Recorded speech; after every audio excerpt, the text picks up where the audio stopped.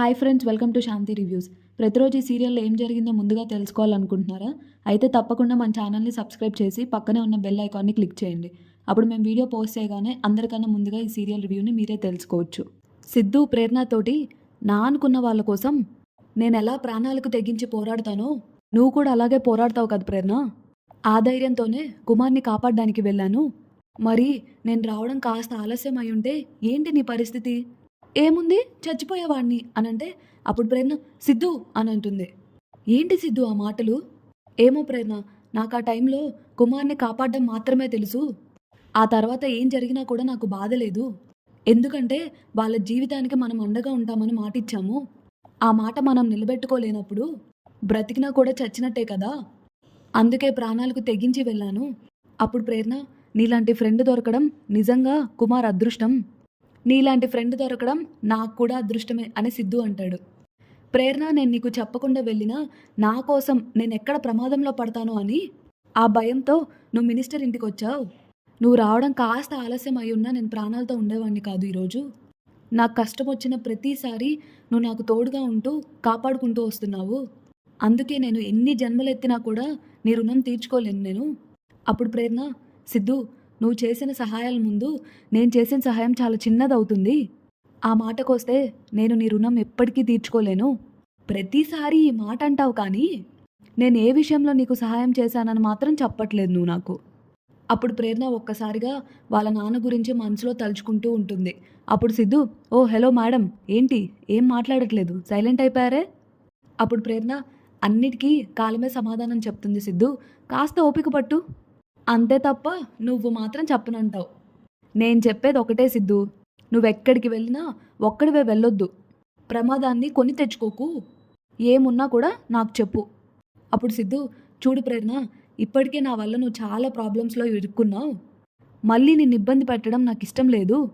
అలా అని నాకు చెప్పడం మానేస్తావా? నీకేమన్నా అయితే? అప్పుడు సిద్ధు, అవును, నాకేమన్నా అయితే నీకేంటి? అప్పుడు ప్రేరణ, నాకేమన్నా అవుతుందో అనే కదా నువ్వు నాకు చెప్పవు, మరెందుకు అట్లా? చూడు సిద్ధు, కష్టమైనా సంతోషమైనా ఒకరికొకరు అండగా ఉన్నప్పుడే ఫ్రెండ్షిప్కి విలువ ఉంటుంది. లేదంటే అది కేవలం పరిచయంగానే మిగిలిపోతుంది. నిజమే ప్రేరణ, అందుకే నీ స్నేహాన్ని నేను ఎప్పటికీ వదులుకోను. అయితే నీ ఫ్రెండ్గా నేను చెప్పేది కూడా ఒకటే, ఇకపై నీ ప్రాణాల మీదకి వచ్చేలా నువ్వు ఏదీ చేయకూడదు, సరేనా అనంటే అప్పుడు సిద్ధు, నా అనుకున్న వాళ్ళ కోసం నేను ఏమైనా చేస్తాను, ఎంత దూరమైనా వెళ్తాను, నీకు తెలుసు కదా ప్రేరణ అనంటే అప్పుడు ప్రేరణ, అయితే నేను చెప్పేది కూడా విను. నేను కూడా నా అనుకున్న వాళ్ళ కోసం ఏదైనా చేస్తాను, ఎంత దూరమైనా వెళ్తాను, అది నువ్వు కూడా గుర్తుంచుకో. ఇంకా అలా ఇద్దరు నవ్వుకుంటూ కాఫీ తాక్కుంటూ ఉంటారు. అప్పుడే ఇంకా ప్రేరణ, సరే పద వెళ్దాం, అమ్మ ఇంట్లో ఎదురు చూస్తూ ఉంటుంది. ఇంకా అలా తర్వాత సీన్లో రంజిత్ ఐశ్వర్య గురించి ఆలోచిస్తూ ఉంటాడు. స్టూడెంట్స్ రంజిత్ మతిమరుపు గురించి తప్పుగా మాట్లాడడం, ఐశ్వర్య కొట్టడం ఇవన్నీ గుర్తు తెచ్చుకొని రంజిత్ నవ్వుకుంటూ ఉంటాడు. అప్పుడే వెనుక నుంచి ఐశ్వర్య అక్కడికి వచ్చి బౌ అని అంటుంది. అప్పుడు రంజిత్ ఒక్కసారిగా భయపడిపోతాడు. అప్పుడు ఐషు నవ్వుకుంటూ, ఏంటి మీలాంటి డేరింగ్ అండ్ డాషింగ్ పర్సన్స్ కూడా భయపడతారా? అప్పుడు రంజిత్, నేను డేరింగ్ కాదు అనంటే అప్పుడు ఐషు, మరి డాషింగ్ పర్సనా? కాదు, నార్మల్ పర్సన్ని అంటాడు. మీరు నార్మల్ పర్సనా? మరైతే ఆ రోజు విశ్వనాథం గారి ఇంటికి వెళ్ళినప్పుడు నోరేసుకొని పడిపోయారు నా మీద. అప్పుడు రంజిత్, అది నా గతం, నాకు మాత్రమే సొంతం, అందులో ఎవరు జోక్యం చేసుకున్నా కూడా నాకు నచ్చదు. అప్పుడు ఐషు, కొంపదీసి చుక్ భాష లాంటి ఫ్లాష్ బ్యాక్ ఏమన్నా ఉందా? సరే, మీకు ఈ ఫ్లాష్ బ్యాక్ వద్దు కానీ మీకు ఇంత ఆవేశం ఉంది కదా, ఈరోజు వాళ్ళు అలా కామెంట్ చేస్తుంటే మీరెందుకు అంత సైలెంట్గా ఉండిపోయారు? మరి ఏం చేసి ఉండాలంటావు? అప్పుడు ఐషు, తప్పు చేసిన వాళ్ళని నిలదీయాలి కదా, అప్పుడే కదా వాళ్ళకి తప్పు అని తెలుస్తుంది. తప్పు చేస్తే శిక్షించవచ్చు, లోపాన్ని ఎత్తి చూపిస్తే ఏం చేయాలి? జాలిపడ్డం తప్ప. మన సొసైటీలో కలర్ తక్కువని, కాళ్ళు లేవని, కళ్ళు కనిపించవని ఇలా ఏదో ఒక రకంగా తక్కువ చేసి మాట్లాడుతూనే ఉంటారు. అది కూడా ఒక మానసిక రోగమే. అందరూ నీలా ఆలోచించరు కదా అనంటే అప్పుడు ఐషు ఒక్కసారిగా షాక్ అయ్యి, వావ్, మీరు నన్ను పొగిడారు, ఫస్ట్ టైం నా గురించి మీరు పాజిటివ్గా మాట్లాడుతున్నారు, నిజంగా ఇది పార్టీ చేసుకునే టైం, ఎస్ ఎస్ అని ఎంతో సంతోషంగా ఫీల్ అవుతూ ఉంటుంది. అప్పుడు రంజిత్, ఓ హలో హలో ఆగు, నేను నిజమే చెప్తున్నాను, ఈ విషయంలో నన్ను సపోర్ట్ చేసి మాట్లాడిన ఫస్ట్ పర్సన్ నువ్వే. థ్యాంక్ యూ సో మచ్ అనంటే అప్పుడు ఐషు పోన్లేండి, కనీసం ఇలా అయినా నేను మంచిదాన్నని మీకు అర్థమైంది. అమ్మ భోజనానికి రమ్మంది, పదండి వెళ్దాం అని అంటుంది. అవును అని మళ్ళీ వెనక్కి తిరగగానే రంజిత్ తలకి ఐశ్వర్య తల ఇద్దరు కొట్టుకుంటారు. అప్పుడు ఐషు సారీ అని అంటుంది. అవును, అడగడం మర్చిపోయా, ఈ మతిమరుపు మీకెలా వచ్చింది? చిన్నప్పటి నుండి ఉందా, లేదా ఏదన్నా యాక్సిడెంటల్గా జరిగిందా? ఇంకా అలా రంజిత్ ఆలోచిస్తూ ఉంటాడు. అప్పుడు ఐషు రంజిత్ గారు ఏమైంది, ఓకేనా? ఏమైంది మీకు సడన్గా, ఎందుకు అలా కంగారు పడుతున్నారు? ఆ చెమటలేంటి? అప్పుడు రంజిత్ నథింగ్, ఏం లేదు అనంటే ఐషు సరే పదండి వెళ్దాం భోజనానికి అనంటే అప్పుడు వెంటనే రంజిత్ మళ్ళీ నాకు అక్కర్లేదు అని చెప్తాడు. ఈ మనిషి ఏంటి హ్యాపీగా ఉన్నట్టే సీరియస్ అయిపోతాడు, ఎప్పుడు ఒక చిదంబర రహస్యలా ఉంటాడు. లాభం లేదు, ఈయన గురించి పూర్తిగా స్టడీ చేయాలి నేను. ఇంకా అలా తర్వాత ఇందిర ప్రేరణ కోసం వెయిట్ చేస్తూ ఉంటుంది. అప్పుడే ప్రేరణ అక్కడికి వస్తే ఇందిర ఏ ఆగవే. ఇంకా ప్రేరణ ఇందిర దగ్గరకు వచ్చి ఏంటమ్మా అనంటే అప్పుడు ఇందిర సూటిగా నిన్ను ఒక ప్రశ్న అడుగుతాను, సమాధానం చెప్పు. నేను ప్రశాంతంగా బ్రతకడం నీకు ఇష్టం లేదా? అప్పుడు ప్రేరణ అమ్మా ఎందుకు ఇలా మాట్లాడుతున్నావు? ఇంకెలా మాట్లాడమంటావే?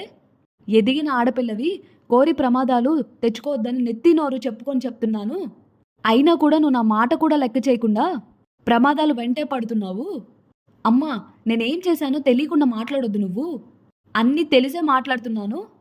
అయినా ప్రతి ఒక్కరికి ఏదో ఒక సమస్య ఉంటూనే ఉంటుంది, సమస్య లేని మనిషే ఉండడు. అలా అని నువ్వు అందరి సమస్యలు తీరుస్తావా? అది అయ్యే పనేనా? నీకంతగా సమస్యలు పరిష్కరించాలనుంటే ముందు మన సమస్య తీర్చవే. అసలు మనం ఇక్కడికి వచ్చిందే దానికి కదా, మరి దాన్ని వదిలేసి ఊర్లో వాళ్ళ సమస్యలు నీకెందుకే? ప్రేరణ రేపు వాళ్ళు బాగానే ఉంటారు, మధ్యలో తలదూర్చినందుకు నీకేమన్నా అయితే?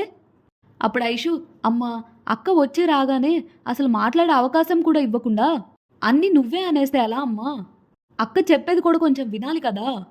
అప్పుడు రంజిత్ కూడా అవునండి, చేసింది తప్పో ఒప్పో ఎదుటి వాళ్ళు కూడా మాట్లాడిస్తేనే కదా తెలిసేది. తనేం మాట్లాడుతుంది బాబు, నా నోరు మూయించడానికి ఏదో ఒక కారణం చెప్తూనే ఉంటుంది, అంతే కదా అనంటే అప్పుడు ప్రేరణ ఏదో చెప్పి తప్పించుకోవాల్సిన అవసరం నాకు లేదమ్మా, నేనెప్పుడు నిజమే చెప్తాను. సిద్ధు ప్రమాదంలో ఉన్నాడని తనని కాపాడడానికి వెళ్ళాను. నీ ఉద్దేశం మంచిదే కావచ్చే, కానీ ఎక్కడికి వెళ్ళావు, ఎవరిని ఎదుర్కొంటున్నావు, దాని పర్యవసనాలు ఏంటనేది కూడా ఆలోచించాలి కదా. అన్నిటికీ మించి మన స్థాయి శక్తిని బట్టే నిర్ణయాలు తీసుకోవాలి. అలా కాదని నిర్ణయాలు తీసుకుంటే మనం ఊహించని పరిణామాలు ఎదుర్కోవాల్సి వస్తుంది. అప్పుడెవరే నిన్ను కాపాడేది అనంటే అప్పుడే సిద్ధు అక్కడికి వచ్చి నేను కాపాడుతాను ఆంటీ అని అంటాడు.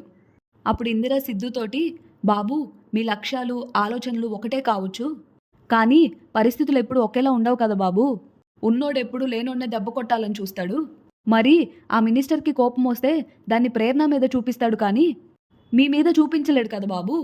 అప్పుడు నువ్వైనా చేసేదేముండదు కదా అనంటే అప్పుడు సిద్ధు అలా అనకండి ఆంటీ, జరగబోయే తలుచుకుంటే నాకు అదే అనిపిస్తుంది బాబు. ఇప్పుడు జరిగిన దాన్ని బట్టి తర్వాత జరిగేది కూడా చెడుగా ఊహించుకుంటున్నారా ఆంటీ మీరు?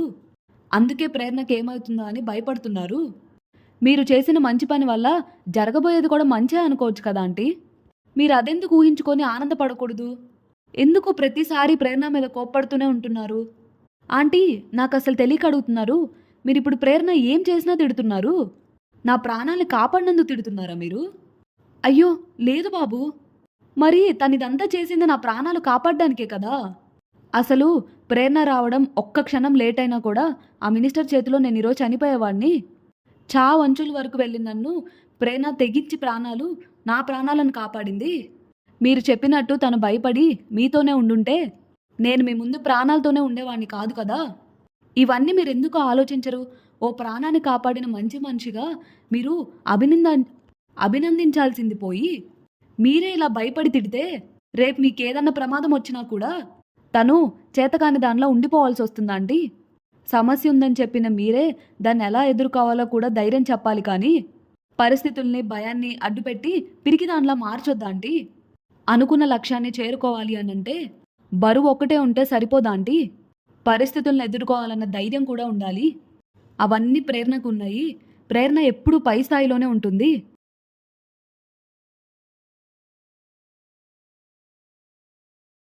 మీరు పిరికితనం నూరు పోసి తనని కింద స్థాయికి దిగజార్చకండి ఆంటీ. ఆంటీ, మీ మనసును బాధ పెట్టాలని నేను ఇలా చెప్పట్లేదు. అమ్మ మనసు ఎలా ఉంటుందో నాకు తెలుసు. మీ కోపంలోనూ ప్రేరణ మీద ఎంత ప్రేమ ఉందో తెలుస్తుంది. కాకపోతే ఆ ప్రేమే తనకి ధైర్యాన్ని ఇచ్చేలా చూడండి.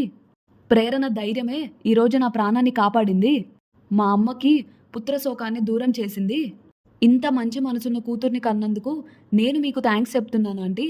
అప్పుడు ఐషు, సూపర్గా చెప్పారు సిద్ధు గారు. విన్నావు కదమ్మా, ఇక నీ అనవసరమైన భయాలు వదిలేసి అక్కని తిట్టకుండా చూసుకో. ఏం సార్, నేను చెప్పేది కరెక్టే కదా అని రంజిత్ సైడ్ చూస్తే రంజిత్ కూడా కరెక్టే అని అంటాడు. కానీ మీ అమ్మ భయంలో కూడా అర్థం ఉంది. అలా అని మీరు చేసింది తప్పు అని కాదు.